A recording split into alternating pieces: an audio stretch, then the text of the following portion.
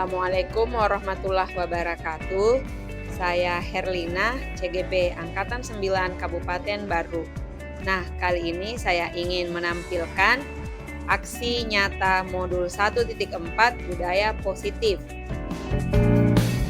Pengimbasan budaya positif kepada rekan kerja di SMA Negeri 1 Baru.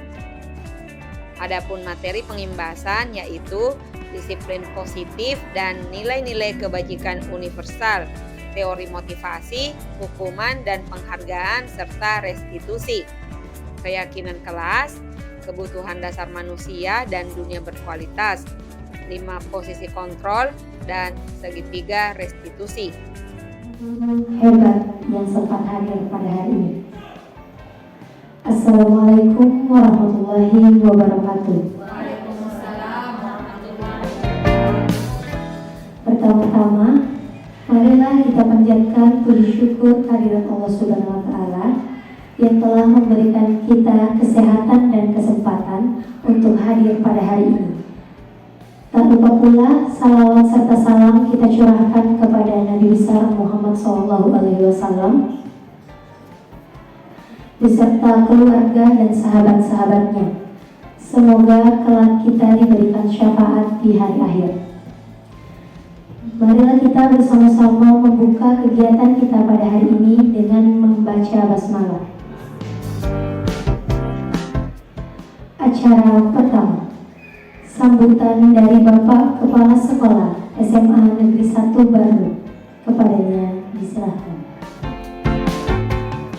Bismillahirrahmanirrahim. Assalamualaikum warahmatullahi wabarakatuh. Waalaikumsalam. Alhamdulillahirabbil alamin. Wassalatu wassalamu ala Rasulillah wa ala alihi wasallam. Yang saya hormati Ibu Arlina sebagai apa lagi? Calon guru. Oh, calon CGP. Caleg. Mungkin yang promosi Pak.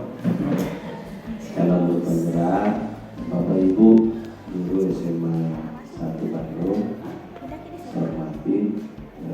Alhamdulillah kita bertemu pada kesempatan ini untuk melaksanakan suatu kegiatan yang walaupun yang sifatnya edukatif dan ini dalam kaitannya salah satu tugas yang diberikan kepada Ibu Herlina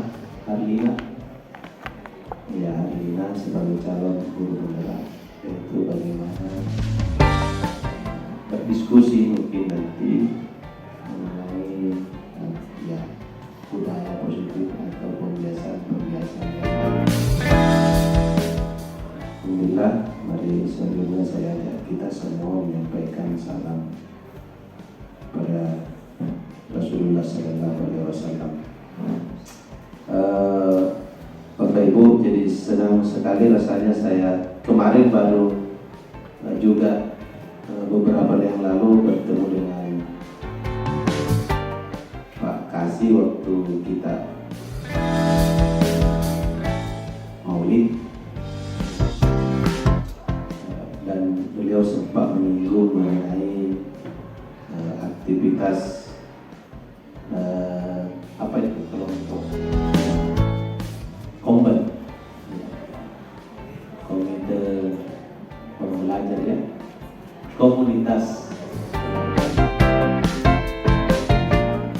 Kalau di sekolah penggerak dulu selain komunitas pembelajar ada namanya komite pembelajar.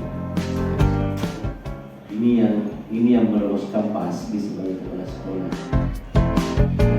Karena andaikan beliau tidak masuk di situ, tidak bisa jadi kepala sekolah di sekolah penggerak.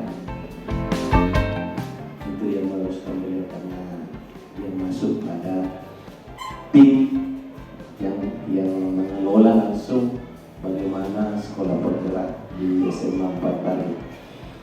Nah, sebenarnya kalau kita bicara pembiasaan, ini mungkin skala kecil kalau dibanding dengan biasa karakter. Kalau lagi dirubah. Tapi kalau kebiasaan ini yang kalau mungkin kita bicara nasib ditentukan oleh kita semua, nasib kita. Kebiasaan juga itu ditentukan oleh kita semua. Nah, saya berharap ini menjadi awal pembuka kegiatan kita ke depan, sehingga di sekolah kita ini lewat teman-teman ini, terutama yang masih muda-muda, yang masih kuat-kuat berpikir, menjadi menjadi pionir. Kalau main catur, apa itu pion, langsung masuk depan, supaya karena tidak ada yang bisa lewat senior di belakang kecuali muda.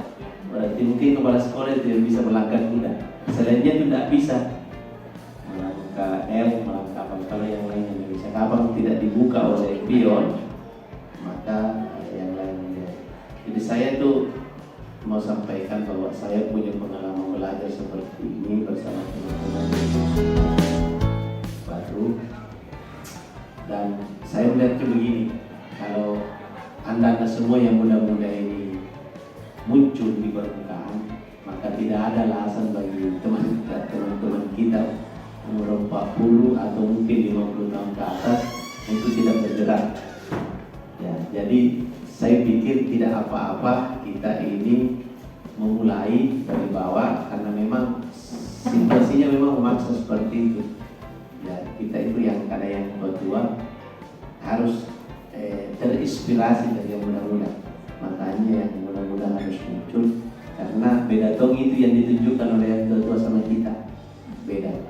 Artinya semua bernilai positif, tapi dari sisi yang lain kalian juga yang muda-muda bisa menunjukkan sesuatu yang lebih dari orang teman-teman kita yang di semua.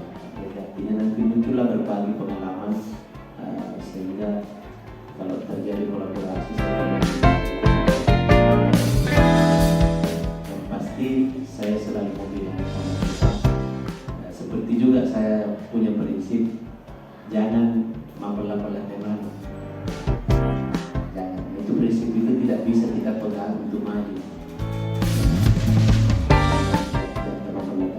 Teruskan, jangan terpengaruh kata-kata yang miring, kata-kata yang bisa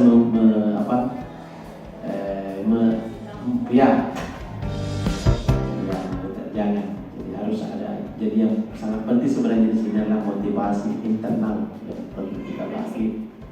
Listrik kita harus kita terus munculkan supaya itu bisa tergambar dari aktivitas Bapak Ibu, dan kemudian nanti bagaimana kita berkolaborasi membentuk intinya adalah ini pembiasaan karakter yang baik kita harus munculkan. Kalau yang jelas kalau kita sudah sampaikan apa yang baik anak-anak, tinggal kita tambah dengan doanya, karena yang membuat mereka pintar bukan kita. Harus tambah doa, mudah-mudahan Tuhan memberikan hidayah kepada mereka dan kepada kita, hidayah untuk terus bekerja, anak-anak kita hidayah untuk berubah menjadi lebih baik. Tetapi tidak akan mungkin ada hidayah kalau kita tidak memberikan petunjuk arah yang baik pada kita. Saya kira itu pengantar dari saya. Silakan lanjutkan teman-teman. Sekali lagi saya berharap dari kita semua muncul harapan-harapan bagaimana kita berjuang untuk menambah ini jalan ke depan supaya SMA 1 Baru juga bisa jauh lebih baik, dan kita juga muncul di permukaan bahwa kita ada dan kita mampu sebenarnya. Dan ini tadi bagaimana kita berkolaborasi dan membagi pengetahuan yang masing-masing kita miliki.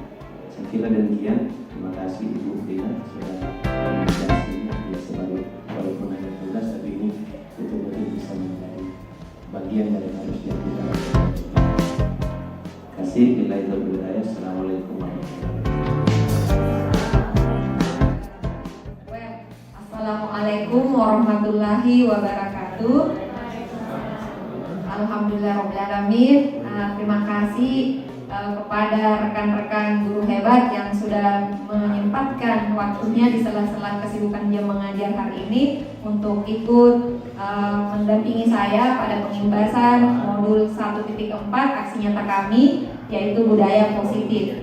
Nah, di sini saya ingin bukan untuk menggurui ya teman-teman, tapi saya hanya ingin berbagi sama teman-teman, yaitu kami di sini di program di pendidikan guru penggerak kami mendapatkan ada 6 teori, dan teori ini menurut kami sangat berpengaruh buat membentuk karakter pembiasaan anak didik kita nantinya. Nah, di sini ada disiplin positif dan nilai-nilai kebajikan universal, kemudian ada teori motivasi, dan ada hukuman serta penghargaan, ada juga restitusi. Kemudian ada keyakinan kelas, yang nanti keyakinan kelas itu terbentuk dari kesepakatan kita dengan anak-anak. Kemudian ada kebutuhan dasar manusia dan dunia berkualitas. Kemudian ada restitusi, yaitu kita sebagai guru harus mengetahui sebenarnya kita itu di mana posisi kontrol kita.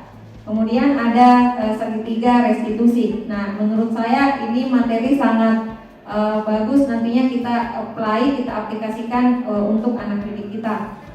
Nah, di sini untuk disiplin positif dan nilai-nilai kebajikan universal. Nah, ini ada perubahan paradigma. Di sini ada kepalan tangan, jadi masing-masing kita ada A dan B. Ada Bu Vivi misalnya dan Bu Winda menyimpan secari kertas, kemudian menggenggamnya dengan sangat erat. Nah, kira-kira tangan Bu Winda yang menggenggam secari kertas itu, apa bisa Bu Vivi merampas kertas kecil itu dari tangan atau genggaman kepala tangan Bu Winda? Nah, menurut teman-teman, apakah Bu Winda akan dengan mudahnya membuka kepala tangannya untuk memberikan secari kertas yang berharga itu buat Ibu Vivi? Nah, ini ada seperti ini perubahan paradigmanya. Jadi nanti kita akan melihat bagaimana sebenarnya kita di dunia nyata kita beneran tidak kita bisa termotivasi dari teman-teman, terbujuk oleh rayuan Bu Winda misalnya merayu Bu Vivi atau Bu Vivi sebaliknya merayu Bu Winda, apakah kebetulan mereka bisa membuka kepala tangannya. Nah, di sini ada teori pilihan. Kami di program guru penggerak belajar teori pilihan. Jadi kita itu guru bisa mengontrol murid. Kemudian ada kritik dan membuat orang merasa bersalah sehingga dapat menguatkan karakter. Kemudian ada juga semua penguatan positif itu efektif dan bermanfaat. Kemudian ada juga orang dewasa memiliki hak untuk memaksa. Nah, sebenarnya kita sebagai guru merasa tidak kita memiliki semua nilai ini atau bagaimana? Nah, di sini ada teori stimulus respon dan teori kontrol pilihan. Jadi teori kontrol pilihan ini berdasarkan Gleiser kemarin kami pelajari di modul 1.2. Di sini ada stimulus respon. Kita mencoba mengubah orang agar berpandangan sama dengan kita. Pada dasarnya kita begini di kelas sama anak-anak. Tapi sebenarnya kita itu berusaha memahami pandangan orang lain tentang dunia. Kemudian ada perilaku buruk dilihat sebagai suatu kesalahan, tapi pada dasarnya tanpa kita sadari semua perilaku itu memiliki tujuan. Nah, orang lain bisa mengontrol saya. Kemudian di teori kontrol pilihan hanya Anda yang bisa mengontrol diri Anda. Kemudian saya bisa mengontrol orang lain, tapi Anda tidak bisa mengontrol orang lain. Nah, selanjutnya pemaksaan ada pada saat bujukan gagal. Kadang-kadang kalau kita merasa gagal membujuk anak-anak itu, kita bersifat memaksa. Nah, pada sebenarnya kita butuh kolaborasi dan konsensus untuk menciptakan opsi-opsi baru atau pilihan-pilihan baru. Nah, kemudian di sini ada model berpikir menang kalah, tapi sebenarnya kita bisa berpikir win-win ya, win-win solution. Masing-masing berpikir menang-menang. Nah, di sini apa sebenarnya makna kata disiplin? Nah, disiplin itu berasal dari bahasa Latin disiplina, artinya belajar. Jadi ketika anak-anak kita diminta untuk disiplin, sama halnya kita meminta anak-anak kita untuk belajar. Begitupun juga dengan kita. Nah, di sini kata ini berkonotasi dengan disiplin diri dari murid-murid Sokrates dan Plato. Ya, dua orang filsuf ini kita sangat kenal mereka. Kemudian disiplin diri membuat orang menggali potensinya menuju sebuah tujuan apa yang dia hargai. Nah, namun dalam budaya kita makna kata disiplin telah berubah menjadi, nah ini yang perlu kita perbaiki teman-teman, menjadi sesuatu yang dilakukan seseorang pada orang lain untuk mendapatkan kepatuhan. Kecenderungan umum adalah menghubungkan kata disiplin dengan ketidaknyamanan, bukan dengan apa yang kita hargai atau pencapaian suatu tujuan mulia. Kita taruhlah contoh sederhananya, kita berangkat ke sekolah, disiplin datang tepat waktu 7.20, tapi sebenarnya itu bukan lebih ke kita atas keyakinan mau datang on time, tapi sebenarnya lebih kayak ke takut terlambat ceklongnya, lebih takut ke absensi kita nanti terbaca dan sebagainya seperti itu. Nah, selanjutnya di sini ada nilai-nilai kebajikan universal.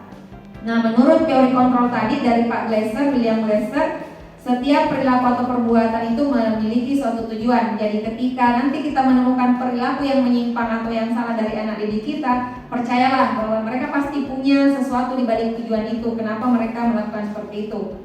Kemudian mengaitkan nilai-nilai kebajikan yang diyakini seseorang, maka motivasi intrinsiknya akan terbangun sehingga menggerakkan motivasi dari dalam untuk mencapai tujuan mulia yang diinginkan. Kalau ini menurut Ibu Diana Dawson. Nilai-nilai kebajikan yang ingin dicapai oleh setiap anak Indonesia kita dikenal dengan, nah ini sekarang yang lagi kita banget ini profil pelajar Pancasila, yaitu beriman, bertakwa kepada Tuhan Yang Maha Esa dan berakhlak mulia. Kemudian ada nilai mandiri, bernalar kritis, berkebinekaan global, serta bergotong royong dan kreatif. Ya, ini yang sekarang lagi kita percaya sekali untuk pengamalan di kurikulum Merdeka kita, ya, nilai P3. Nah, selanjutnya ada teori motivasi, hukuman, dan penghargaan serta restitusi. Nah, teori motivasi perilaku manusia.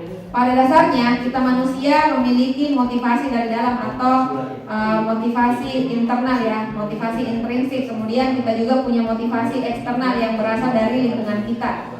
Nah, selanjutnya untuk menghindari ketidaknyamanan atau hukuman, apa yang terjadi apabila saya tidak melakukannya? Ternyata itu adalah bentuk motivasi eksternal. Kita akan merasa tidak nyaman, kita akan merasa tidak baik-baik saja, atau takut mendapatkan hukuman, seperti itu. Berarti itu adalah motivasi eksternal. Kemudian biasanya kita manusiawi, kita ingin mendapatkan imbalan dari orang lain atau institusi kita. Kalau saya mengerjakannya, apakah saya mendapatkan sesuatu atau tidak? Tapi yang paling inti di sini adalah bagaimana disiplin positif kita, tujuan kita dari dalam internal kita untuk menghargai diri sendiri. Saya akan menjadi orang yang seperti apa bila saya melakukannya. Nah, ini yang harusnya kita semua miliki, motivasi dari internal dulu atau motivasi intrinsik. Nah, ini menurut Bapak Ki Hajar Dewantara, merdeka artinya tidak hanya terlepas dari perintah, akan tetapi juga cakap buat memerintah diri sendiri. Kadang-kadang kita susah untuk berkomitmen dengan diri sendiri. Itu yang tidak merdeka menurut Bapak Ki Hajar Dewantara. Nah, di sini ini yang sering terjadi di dewasa ini dan di kehidupan kita ketika mengontrol anak-anak di dalam kelas. Kadang-kadang kita itu guru dihukum oleh penghargaan, bahwa penghargaan belaka sama dengan hukuman. Kenapa bisa penghargaan disamadengankan dengan hukuman? Dalam arti meminta atau membujuk seseorang melakukan sesuatu untuk memenuhi suatu tujuan tertentu dari orang yang meminta atau membujuk. Nah, dorongan eksternal ada, ya, dorongan eksternal ini akan ada faktor ketergantungan sehingga beberapa dampak dari pemberian penghargaan itu menurut Alfikon, ya. Jadi ketika anak-anak diberikan penghargaan atau awards, sepertinya kita itu memberikan mereka hukuman secara tidak langsung. Kenapa? Karena penghargaan itu pengaruhnya jangka pendek, itu bukan jangka panjang. Ketika tidak ada lagi penghargaan, mereka berhenti berbuat baik, mereka berhenti mengerjakan tugas. Kemudian penghargaan itu nantinya adalah bentuk hukuman kita ke mereka. Penghargaan mengurangi ketepatan. Kemudian penghargaan itu tidak efektif dan penghargaan bisa merusak hubungan. Maksudnya di sini bisa merusak hubungan antara anak-anak dengan temannya, bisa juga merusak hubungan antara kita dan anak-anak. Nanti ketika suatu saat kita menyuruh mereka dan tidak ada lagi penghargaannya, timbalannya, mereka akan menolak dan ya kita akan merasa sedih. Nah, di sini dihukum oleh penghargaan bisa menurunkan kualitas, kemudian penghargaan mematikan juga kreativitas, dan penghargaan mengurangi motivasi intrinsik. Lagi-lagi anak-anak tidak akan lagi malas lagi membawa kamus kalau misalnya tidak ada lagi poin plusnya. Anak-anak tidak mengumpulkan tugas lagi kalau tidak ada lagi poin bintangnya, misalnya seperti itu. Jadi ini pada dasarnya saya termasuk di tipe ini karena di kelas kami di bahasa Inggris seperti itu. Ada kamus, ada plus, ada tugas tepat waktu, ada start. Sebenarnya itu kita pelan tapi pasti menghukum mereka. Nah, selanjutnya program kebajikan. Jadi di sini kita memberikan apresiasi atau pengakuan. Kita lihat dulu memberikan pengakuan itu atau apresiasi ke anak-anak kita secara khusus, secara pribadi, atau kepada semua murid secara bergantian dan konsisten. Dan ingat teman-teman, kita harus fokus pada prosesnya. Kemudian, nah di sini ada contoh pengakuan apresiasi atau kebajikan.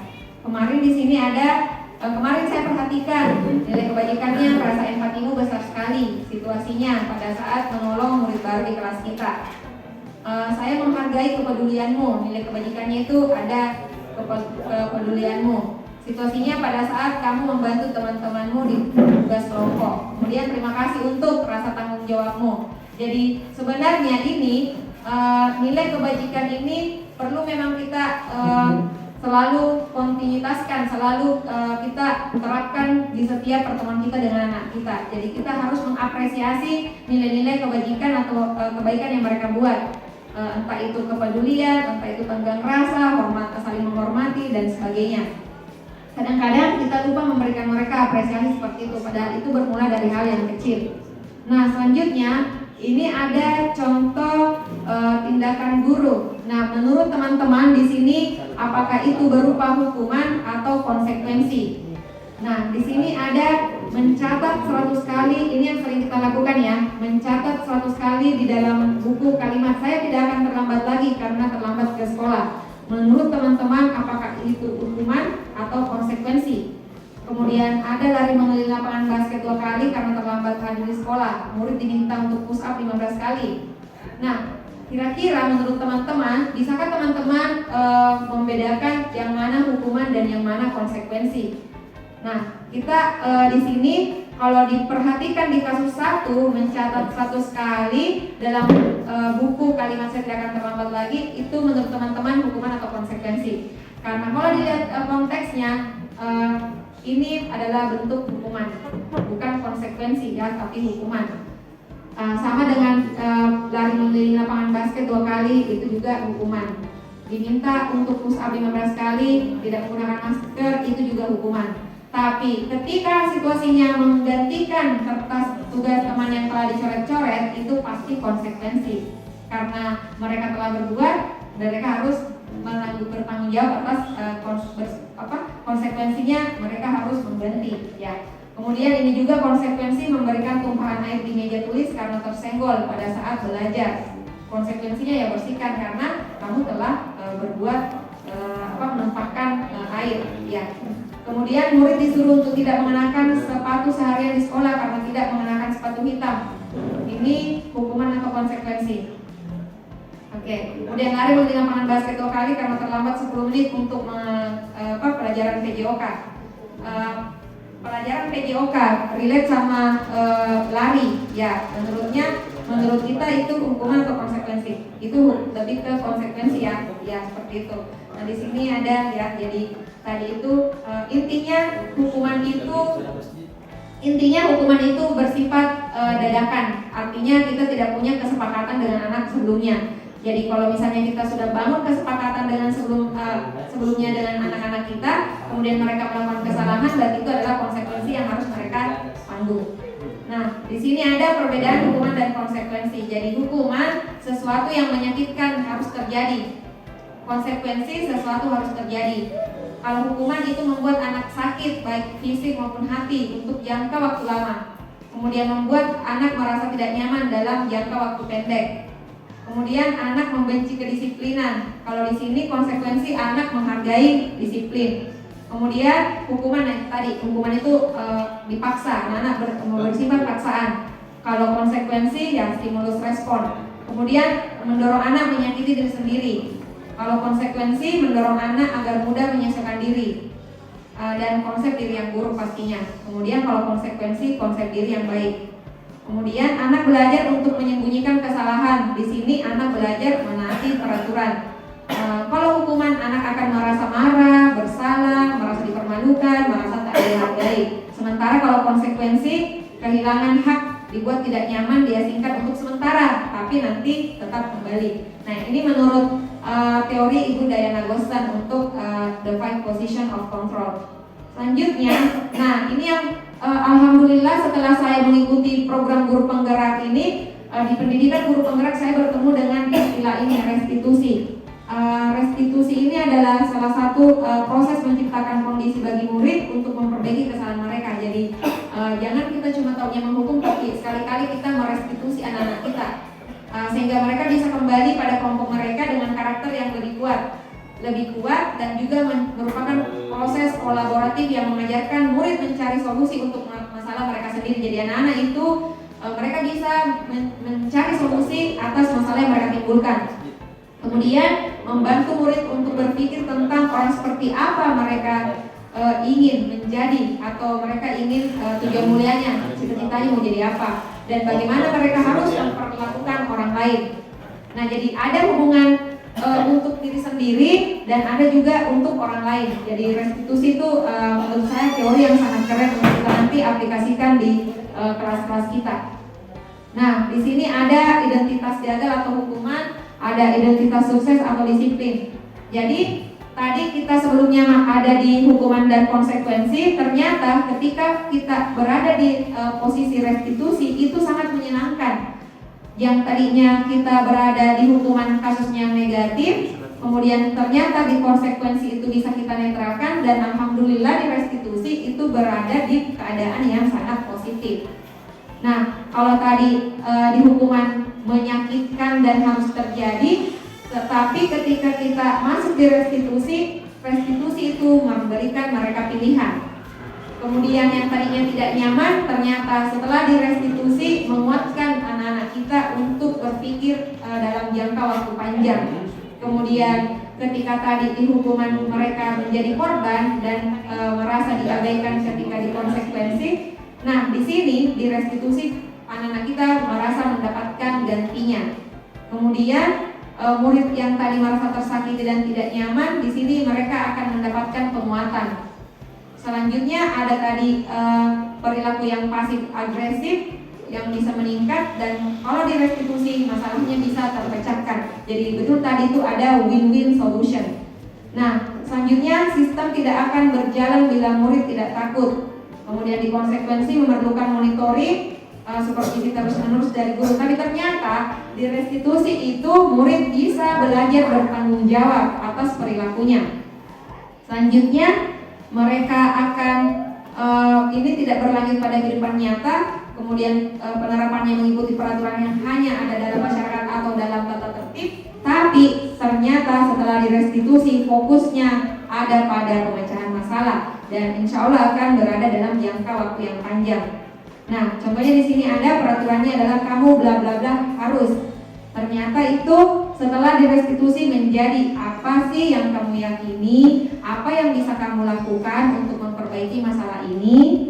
Kemudian untuk hukuman lagi, anak itu membenci atau tidak menyukai peraturan, sementara setelah direstitusi anak akan menghormati dirinya dan orang lain. Jadi statusnya tadi yang negatif, kemudian konsekuensi hanya menetralkan, dan ternyata ketika kita memberikan penerapan restitusi, alhamdulillah anak bisa menghormati dirinya dan orang lain juga. Nah, ini teman-teman 9 ciri-ciri restitusi. Jadi restitusi itu bukan untuk menebus kesalahan, namun untuk belajar dari kesalahan. Jadi we learn from our mistakes ya. Kemudian memperbaiki hubungan, kemudian tawaran, tapi bukan paksaan. Jadi anak-anak nanti dengan senang hati mengikutinya karena bukan bersifat di-push atau dipaksa. Selanjutnya, restitusi menuntun untuk melihat ke dalam diri, jadi lebih ke refleksi diri. Restitusi mencari kebutuhan dasar yang mendasari tindakan. Restitusi diri adalah cara yang paling baik dan fokus pada karakter, bukan pada tindakan. Kemudian restitusi fokus pada solusi, dan restitusi itu mengembalikan murid yang berbuat salah pada kelompoknya. Jadi mereka bisa kembali bergabung dengan teman-temannya meskipun sudah melakukan sebuah kesalahan. Nah, selanjutnya keyakinan kelas. Apa sih bedanya keyakinan kelas dengan kesepakatan kelas? Kita itu sebelum masuk ke materi pembelajaran di awal semester, kita selalu buat kesepakatan kelas dengan anak-anak. Tapi sebenarnya itu bukan kesepakatan kelas, karena hanya kita yang memberikan rules. Itu lebih ke kontrak mengajar, kontrak belajar mengajar, karena kita yang menawarkan ke mereka, tapi tidak meminta apa ide atau masukan dari mereka. Nah, mari teman-teman kita belajar bersama keyakinan kelas. Mengapa tidak peraturan saja? Mengapa harus keyakinan kelas?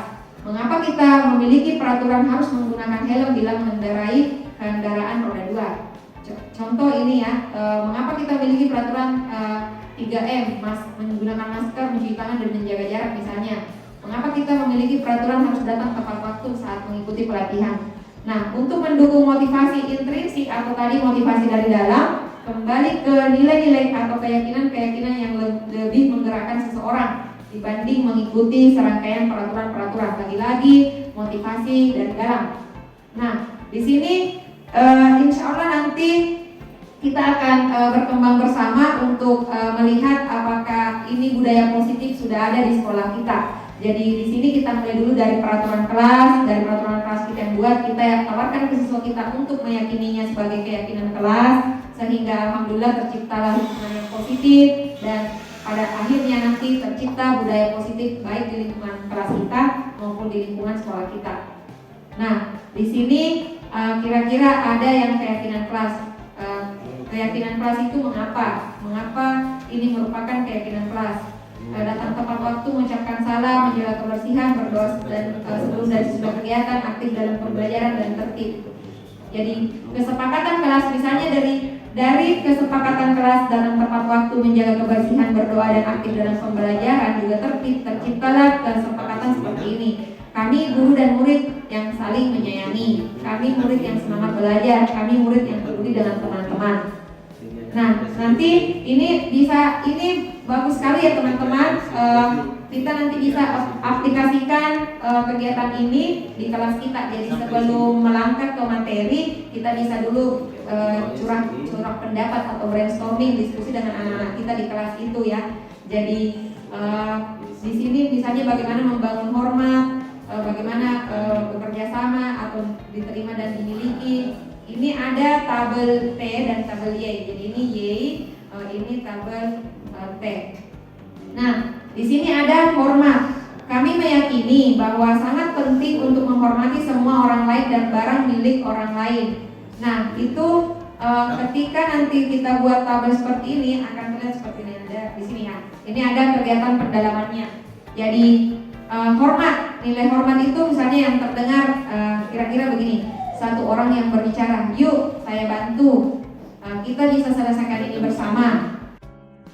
Selalu kembalikan buku ke tempatnya. Kira-kira keyakinan kelasnya seperti apa? Berarti keyakinan kelasnya adalah menghargai hak milik orang lain. Dilarang mengganggu orang lain berarti toleransi. Ya, hadir di sekolah 15 menit sebelum pembelajaran dimulai, itu misalnya keyakinan kelasnya disiplin. Dilarang melakukan kekerasan, itu sama saling menyayangi. Dilarang menggunakan narkoba, itu misalnya kesehatan. Bergantian atau menunggu giliran, itu dengan sama menghargai hak orang lain ya, menghargai teman. Menggunakan masker ya berarti kesehatan. Jangan berlari di kelas atau koridor, berarti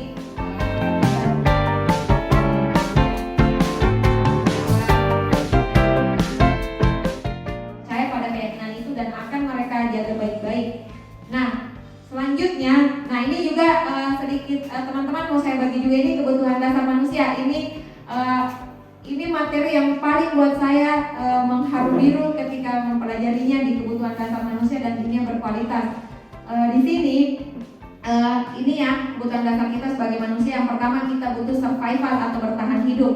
Kemudian kita juga butuh rasa sayang dan rasa diterima, love and belongings. Kemudian kita juga butuh rasa penguasaan atau power. Kemudian kita juga butuh rasa kebebasan atau freedom. Kemudian kita butuh juga rasa kesenangan atau fun. Nah, ini ada 5 posisi kontrol kita ya, yang menurut ini ada kayaknya skip. Ya, pokoknya tadi ini kebutuhan dasar manusia ini sangat perlu kita juga nanti tahu, perlu nanti kita kenali 5 kebutuhan dasar anak-anak kita. Ketika mereka misalnya melakukan kesalahan, kita perlu tahu, oh ternyata ada rasa ini yang tidak dia miliki misalnya di rumahnya. Oh ternyata kenapa misalnya si anak ini selalu mengganggu temannya, oh ternyata dia membutuhkan perhatian atau kasih sayang, seperti itu. Selanjutnya anak-anak misalnya yang suka tidur di kelas, oh ternyata dia butuh bertahan hidup, siapa tahu begadang karena membantu orang tua. Jadi ada kemarin terjadi di anak wali saya, membantu orang tuanya ternyata kalau malam, jadi kalau siang pasti tidur di kelas. Tapi perlu kita restitusi. Selanjutnya di sini ada 5 posisi kontrol guru. Nah ini sepertinya saya rasa teman-teman kita ada semua di posisi ini. Jadi di sini ada 5 posisi kontrol kita, yaitu kita sebagai guru penghukum, guru pembuat rasa bersalah, guru yang berfungsi sebagai teman, pemantau, dan manajer. Nah kita lihat dulu nih, guru berbuat, menghardik, menunjuk-nunjuk, menyakiti, menyindir. Wah penghukum sekali ini. Kemudian pembuat rasa bersalah, berceramah, mengatakan seharusnya ibu kecewa, Miss itu kecewa ya, kamu kenapa tidak bawa kamu terus setiap belajar bahasa Inggris. Ayo membuat rasa bersalah ini. Kemudian teman yang membuatkan alasan-alasan untuk muridnya, menghitung dan mengukur untuk posisi pemantau. Dan ini nanti bismillah kita nanti sebagai guru abad 21 yang menuntun anak-anak kita sesuai dengan kodrat zaman dan kodrat alamnya, kita ini harus belajar sekali untuk menjadi guru yang berposisi sebagai manajer, di mana nanti kita ketika mendapatkan anak-anak bermasalah, kita tidak berfungsi sebagai penghukum, pembuat rasa bersalah, teman, dan pemantau, tapi kita lebih ke manajer. Jadi nanti kita lebih mengajukan pertanyaan-pertanyaan apa yang membuat mereka seperti itu. Kemudian di sini guru berkata, kalau kamu tidak melakukannya, awas ya, atau rasakan nanti nilaimu saya ini. Udah penghukum. Ketika di sini membuat rasa bersalah, kamu seharusnya kamu sudah tahu ibu lelah sekali mengatakannya, ibu stres, seperti ini ya, membuat rasa bersalah banget. Ini yang sering kita lakukan. Jujur saya pribadi di kelas seperti ini.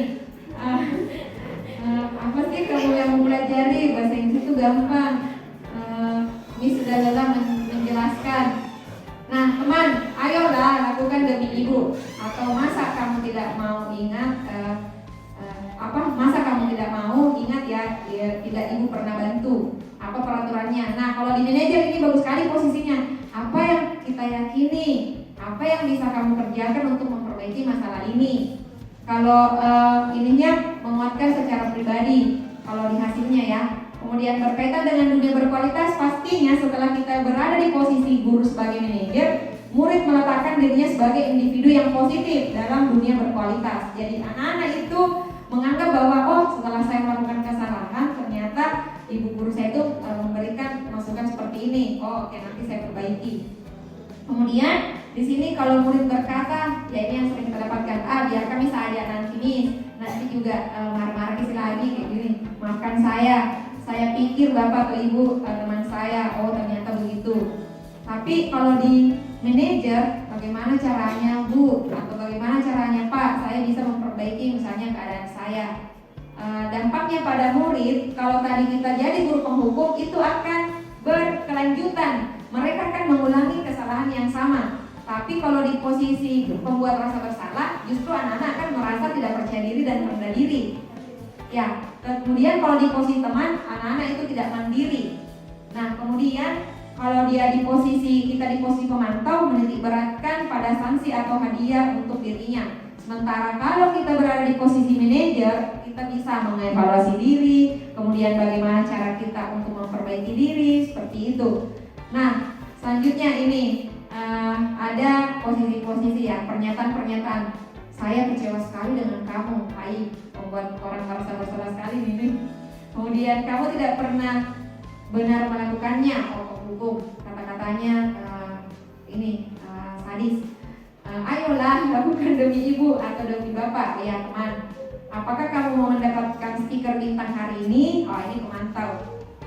Bagaimana kamu bisa menyelesaikan masalah ini? Oh, manajer. Ini ya, kalau manajer itu posisinya adalah selalu bertanya bagaimana. Kemudian kalau penghukum ya, kamu selalu yang paling terakhir. Nah, di sini ada bergerak antara peraturan pemantau, konsekuensi atau hadiah dan nilai-nilai manajer dan memperbaikinya. Coba kita lihat. Ya, nanti kita bahas di sini ada ini materi yang paling menarik, segitiga restitusi. Ada 3 sisi segitiga. Nah, alhamdulillah ini real kemarin saya sudah mulai mengaplikasikan di kelas saya. Ada anak wali saya yang selalu memakai sandal. Pokoknya dari jam pertama sampai jam pulang dia selalu pakai sandal, dan akhirnya setelah saya coba alasan mengapa melakukan itu, ya seperti kemarin kamu punya alasan kenapa kamu selalu pakai sandal. Adakah cara yang lebih efektif untuk mendapatkan apa yang kamu butuhkan? Kemudian yang terakhir, ini yang penting sekali, menanyakan keyakinan. Nilai-nilai apa sih yang telah kita sepakati? Kamu ingin menjadi orang yang seperti apa ke depannya? Seperti ini. Nah, di sini, ini ada contoh menstabilkan identitas. Untuk membuat anak yang merasa gagal karena berbuat salah menjadi positif terhadap dirinya. Nah, guru bisa berkata, ini kata-kata sebenarnya nanti bisa kita aplikasikan di kelas kita ketika ada anak-anak yang melakukan kesalahan untuk menstabilkan identitas mereka. Jadi mereka tidak merasa rendah diri. Berbuat salah itu hal yang manusiawi. Tidak ada manusia yang sempurna. Bapak atau ibu juga pernah pasti berbuat salah. Kita pasti bisa menyelesaikan permasalahan ini. Bapak atau ibu tidak tertarik untuk mencari tahu siapa yang benar atau siapa yang salah. Bapak atau ibu lebih tertarik untuk menyelesaikan masalah. Nah, di sini juga kalau kamu menyalahkan dirimu sendiri terus-menerus, apakah kamu bersikap baik pada dirimu sendiri? Nah, ini nanti bisa kita coba untuk menstabilkan identitas. Kalau kemarin saya mencoba bertanya, iya pakai sandal itu tidak masalah, tapi pasti kamu punya alasan di baliknya, dan saya itu memvalidasi. Nah, ini validasi kebutuhan. Membantu murid kita mengenali basic need atau kebutuhan dasar yang ingin dipenuhinya ketika melakukan kesalahan itu. Kemudian pada dasarnya setiap tindakan manusia itu adalah tujuannya memenuhi kebutuhan dasar. Jadi kalau ada anak-anak kita melakukan kesalahan, kita cross check dulu deh. Ada pasti dari 5 tadi kebutuhan dasarnya yang tidak terpenuhi. Apakah itu penguasaan tadi, power, kebebasan, freedom, kasih sayang, love and belonging, kesenangan, fun, atau bertahan hidup, survival. Sini kita guru bisa menggunakan redaksi ini. Kamu bisa saja kan melakukan hal yang lebih buruk, tapi kamu tidak melakukannya kan? Kamu pasti punya alasan mengapa melakukannya. Apa yang penting bagi kamu? Kamu boleh tetap berusaha menjaga sikap itu, tapi tambahkan sikap yang lain yang baru. Maukah kamu belajar cara lain untuk mendapatkan yang kamu butuhkan tanpa harus memukul? Misalnya kalau ada kasus berkelahi. Apakah kamu bisa melakukan dengan baik besok lagi? Nah, jadi ini lebih kayak ke memvalidasi, kita cross check dulu kebutuhan apanya yang mereka tidak terpenuhi. Ternyata kalau di anak wali saya itu kemarin kebutuhan yang tidak terpenuhinya adalah basically adalah kebutuhan bertahan hidupnya, karena ternyata dia harus membantu orang tuanya bekerja. Sampai ada kasus sepatunya setelah saya menanyakan keyakinan, ternyata sepatunya kecil ukurannya, makanya tidak pakai, kasihan Pak sakit kakinya. Ya, seperti itu. Nah, di sini menanyakan keyakinan kelas. Anak melihat kesalahannya dihubungkan dengan norma sosial dan nilai-nilai yang mendasari manusia berinteraksi dengan orang lain. Jadi, guru berkata, ini bisa kita juga copy, apa nilai yang kita percaya di kelas atau di sekolah kita. Nilai-nilai universal apa yang telah kita sepakati. Kelas yang ideal itu seperti apa sih? Kamu ingin jadi anak seperti apa? Apa yang kamu rasakan ketika kamu melakukan itu? Kemudian kamu menjadi orang yang seperti apa? Nanti di sini ada intervensi 30 detik ini, misalnya apa yang kamu ingin? Apakah kamu ingin berbuat lebih baik? Ya pasti semua anak kita akan jawab iya. Apakah kamu saat ini sedang menjadi orang yang sedang kamu inginkan? Pasti ada yang jawab iya, ada juga yang belum.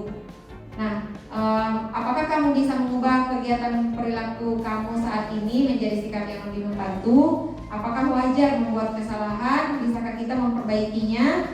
Apa yang kamu lakukan saat ini sudah sesuai atau sudah baik-baik saja? Kapan kamu siap untuk mulai? Nah, ini juga bisa. Kapan kamu siap untuk mulai? Kapan kamu mau datang tepat waktu? Peraturan apa? Ya, peraturannya misalnya peraturan apa yang ingin kamu penuhi? Sepertinya kamu punya masalah, saya bisa bantu apa? Dan kadang-kadang kita sebagai guru tidak berada di posisi bertanya, kamu punya masalah apa? Ada yang bisa saya bantu? Kita tidak berada di posisi inilah. Saat ini kamu seharusnya berbuat apa? Apa yang bisa saya bantu agar kamu bisa melakukannya? Apakah saya bisa bantu kamu agar segera mulai? Apakah tugas kamu saat ini? Bagaimana kamu ingin diperlakukan pada kegiatan ini? Bisakah kamu melakukannya? Nah, terakhir, apa yang kamu inginkan? Peraturannya apa? Kadang-kadang kita sebagai guru tidak berada di posisi ini. Kita kadang-kadang terlalu serius dengan penguasaan materi, tapi ternyata pembentukan karakter tidak terpenuhi. Nah, ini untuk disiplin positif, teori kontrol dari Pak Dr. William Glasser. Nah, di sini ada tadi makna disiplin, belajar mengontrol diri dengan menggali potensi, kemudian teori motivasi. Ya, biasanya anak-anak termotivasi untuk menaati peraturan sekolah karena dia takut dihukum atau mereka ingin mendapatkan imbalan. Tapi pada dasarnya mereka masih jarang yang berpikir bahwa kalau saya datang tepat waktu atau disiplin, saya bisa menghargai diri saya sendiri. Ya, seperti itu. Nilai kebajikan universal yang nantinya kita jadikan sebagai keyakinan kelas. Kemudian kalau kita berada tadi di posisi manajer, kita bisa mengajak mereka bahwa oh iya, ini kalian harus betul-betul bisa menghargai waktu, makanya harus datang sekolah tepat waktu. Nah, sementara di sini yang tadi 5 kebutuhan dasar manusia itu setelah kita segitiga restitusi pastinya nanti kita akan tahu. Nah, dan setelah misalnya kita tahu, kayak tadi misalnya kasus yang di anak wali saya, ternyata kasusnya adalah dia ada kebutuhannya yang tidak terpenuhi, yaitu kebutuhan bertahan hidupnya, dan itu nanti kami bisa kerjasama berkolaborasi dengan teman-teman dari bimbingan konseling untuk misalnya memfasilitasi kami, mengajak berdiskusi juga orang tuanya apa langkah yang seharusnya dilakukan sehingga anak ini bisa mengenakan sepatu, bukan lagi mengenakan sendal. Nah, jadi setelah teman-teman mendapatkan pengimbasan dari materi hari ini, hal apa yang mengubah paradigma kita, kemudian perasaan apa yang muncul dalam pribadi kita sehingga kita bisa lebih memaknai yang namanya disiplin dan lebih mengetahui motivasi kita dan dalam motivasi intrinsik kita. Kemudian apakah peran kita yang peran among ya, peran membimbing selama ini yang telah kita lakukan. Kemudian saya akan yang menjadi among yang seperti apa setelah misalnya mengetahui teori-teori tadi. Jadi di modul kami ini, di modul 1.4 ini untuk pengimbasan budaya positif, kami punya 6 poin, ya dimulai dari nilai-nilai kebajikan universal sampai dengan segitiga restitusi. Nah, terima kasih atas perhatiannya teman-teman guru hebat yang sempat hadir di pengimbasan hari ini. Saya serahkan kembali kepada moderator Vanessa. Itulah tadi pemaparan pembahasan budaya positif dari Ibu Herlina. Saya persilakan kepada Bapak Ibu guru hebat untuk mengajukan komentar, saran atau masukan kepada Ibu Herlina. Saya buka sesi pertama dengan 3 pertanyaan.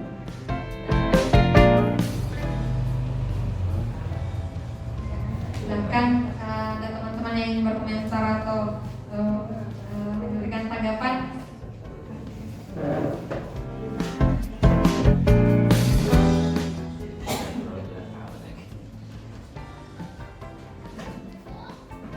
Bismillahirrahmanirrahim. Assalamualaikum warahmatullahi wabarakatuh. Waalaikumsalam warahmatullahi wabarakatuh.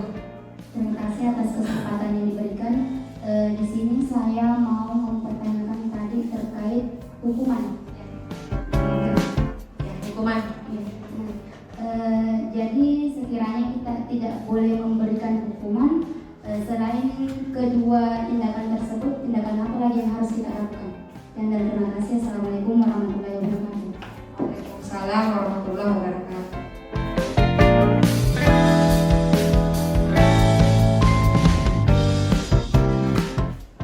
Terima kasih kepada Ibu atas pertanyaannya. Selanjutnya masih ada pertanyaan dari Bapak Ibu yang lain.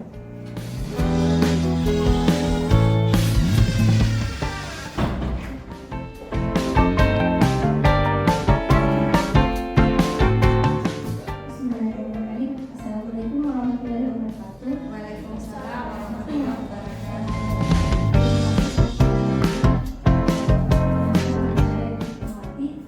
Mungkin saya peserta terakhir datang ya. Sebelumnya saya ingin bertanya terkait materinya. Ini terkait dengan teori kontrol dari teori vektor dan teori. Yang ingin saya tanyakan adalah bagaimana realitas kebutuhan yang berbeda itu nih. Nah, terkait dengan kebutuhan dasar manusia. Nah, ini saya sering mengajar sebelum materi saya itu sampaikan bagaimana keadaan sebelum ke sekolah.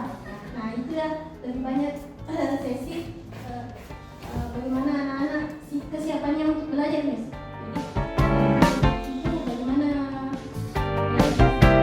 realitasnya memang kebutuhan dasar. Saya tanyakan, Mas. Terima kasih. Assalamualaikum warahmatullahi wabarakatuh. Waalaikumsalam warahmatullahi wabarakatuh. Untuk sesi pertama, satu pertanyaan lagi.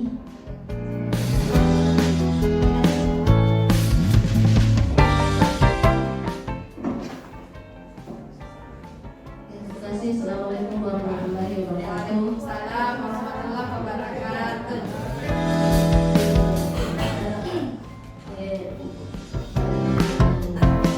Pengalaman itu misalnya seorang wali sebagai wali kelas, terkadang itu kan ada siswa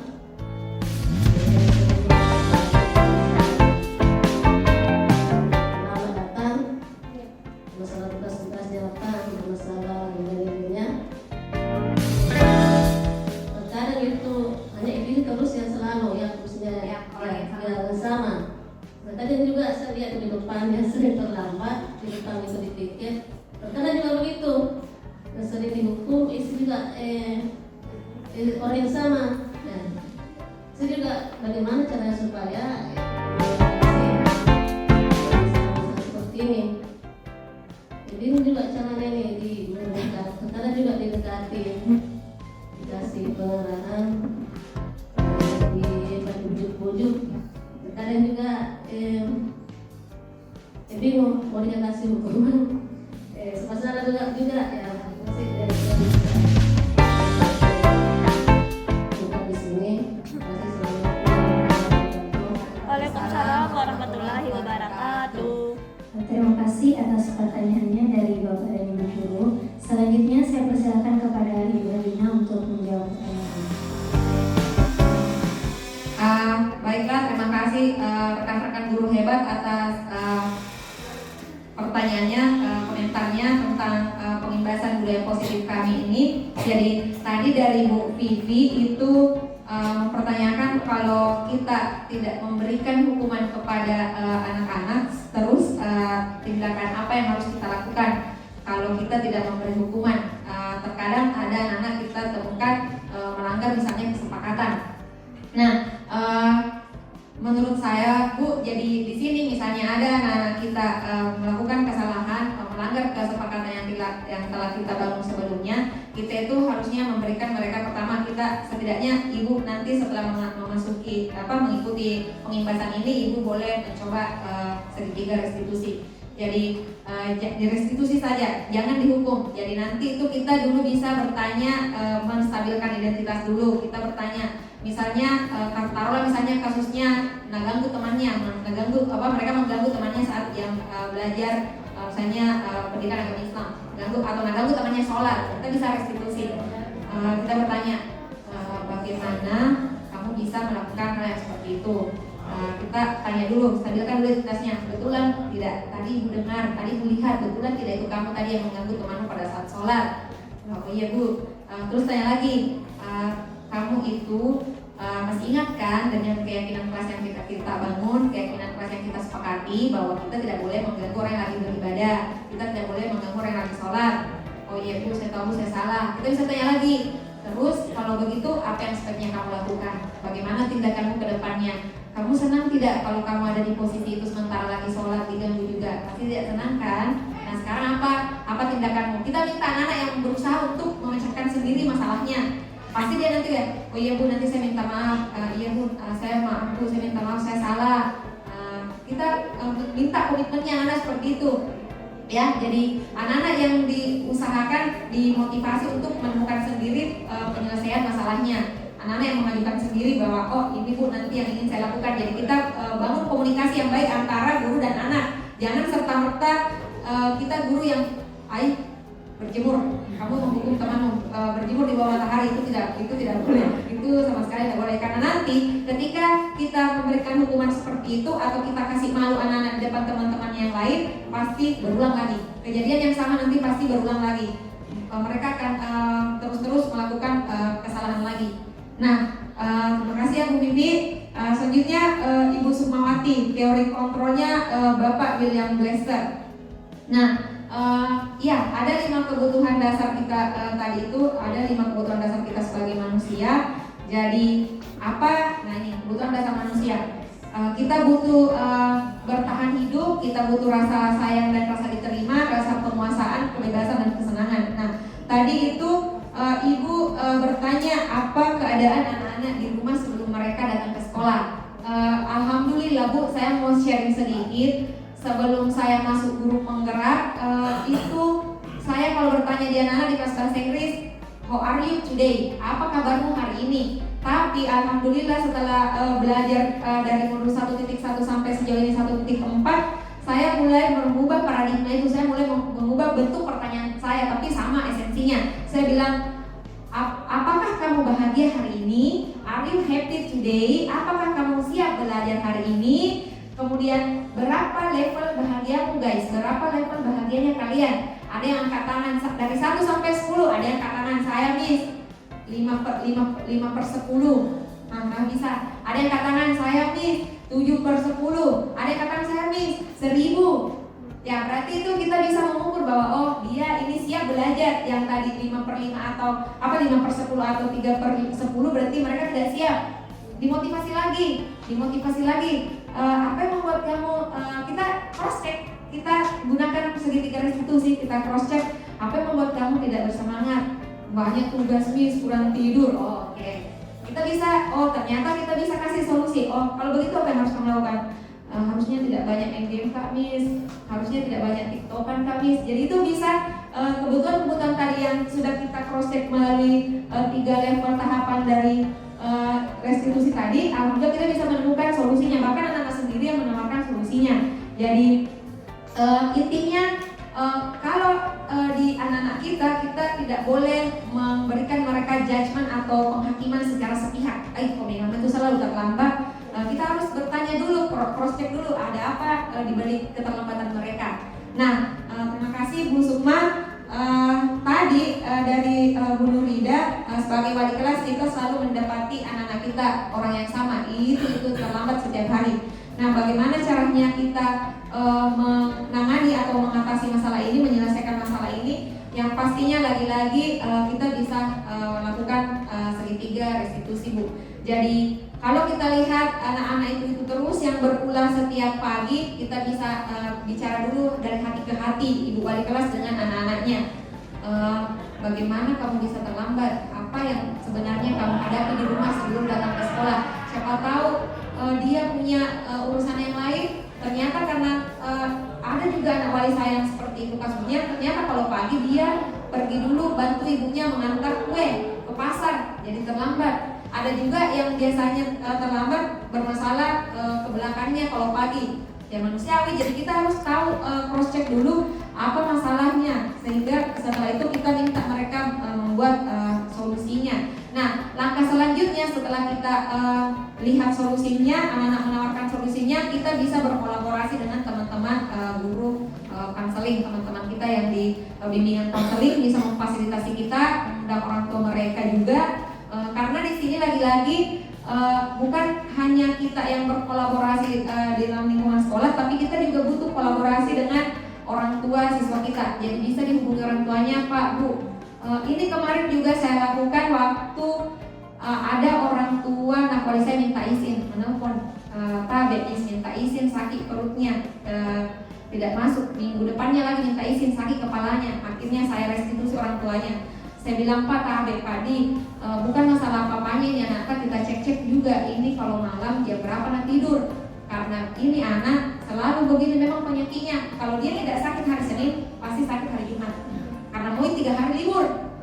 Setelah saya cross check ternyata begitu. Dia mau liburnya yang lebih panjang daripada temannya. Pokoknya kalau sakit hari Senin, hari Jumat itu hadir. Tapi kalau Jumat tidak. Kalau ada hari Senin, Jumatnya tidak hadir nih. Karena mau 3 hari libur. Pada saat saya cross check orang tuanya mengaku bilang, Pak, Bu, minta tolong sekali Di, jangan selalu izinkan ya nak, periksa dulu keadaannya, paksa-paksa ke sekolah karena itu kayaknya sakitnya sakit dibuat-buat. Bagaimana tidak mereka sakit kepalanya kalau pagi, Pak, Bu, jam berapa memang nggak tidur? Ternyata orang tuanya mengaku, maaf Bu Di, tidak semua anakku. Berarti kurang kasih sayang, kurang perhatian. Kebutuhan yang tidak dipenuhi dari orang tuanya adalah kurangnya perhatian, kurangnya kasih sayang. Akhirnya muncul kebutuhan lainnya yaitu butuh bertahan hidup. Akhirnya tidur di kelas, terlambat ke sekolah.